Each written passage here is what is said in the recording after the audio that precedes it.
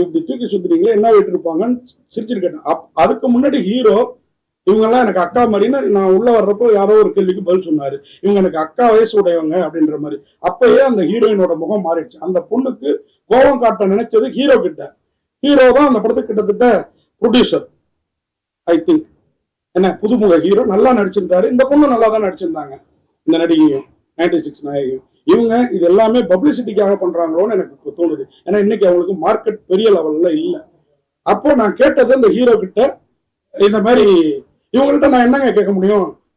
Donald ட்ரம்ப்பை பத்தியும் பிரதமர் மோடிஜி பத்தியும் ஐயா முதல்வர் ஸ்டாலின் அவங்கள பத்தியும் கேட்க முடியுமா? இவங்க என்ன விஜய் மாதிரி அரசியல் பண்ணிட்டாங்களா? நியாயப்படுத்துறதுன்னா சார் நான் தப்பே பண்ணலையே, நான் ஏன் நியாயப்படுத்தணும்? சார் பாடி ஷேமிங் நான் பண்ணல.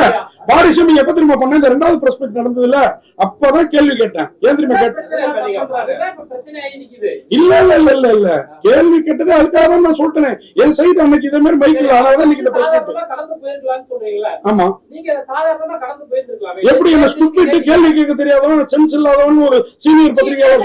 ஏங்க முந்தானத்து வந்து இந்த நடிகைக்கு இவ்வளவு ஈகோ இருக்கிறப்ப 32 வருஷமா சினிமா பத்திரிகையாளரா சினிமாவுக்காக ஜெர்னலிசம் பண்ணிட்டு இருக்க எனக்கு எவ்வளவு இருக்கும்? விளக்கம் கொடுக்கறதான் நான் கேட்டது.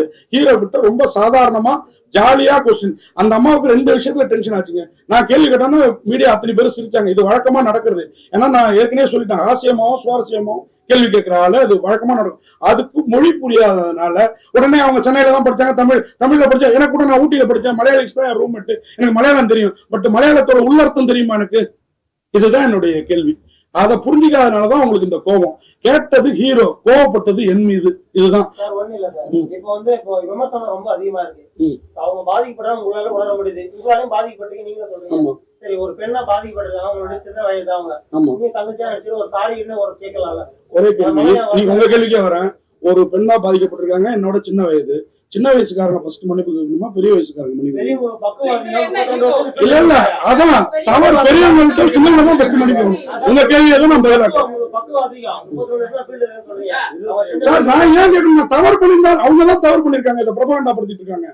நான் தவறே பண்ணல. நான் சாதாரணமான கொஸ்டின் சார். இங்க இருக்கிற பத்திரிகையாளர்கள்ட்ட இந்த கேள்வியில என்ன தப்புன்னு கேளுங்க சார். எனக்கு ஈகோவே இல்லையே.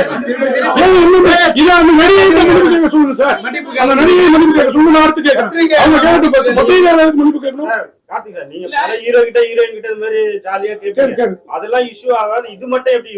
அதுதான் எனக்கு சந்தேகமா இருக்கு. உங்களுக்கு மார்க்கெட் எல்லாம் மார்க்கெட்டை டெப்த் பண்ணிக்கிறதுக்காக இதை பெருசு படுத்திட்டு இருக்காங்க. இந்த படம் ஒண்ணுங்கிறதுக்காக பெருசு பண்ணிட்டு இருக்காங்க. இதுதான் உண்மை.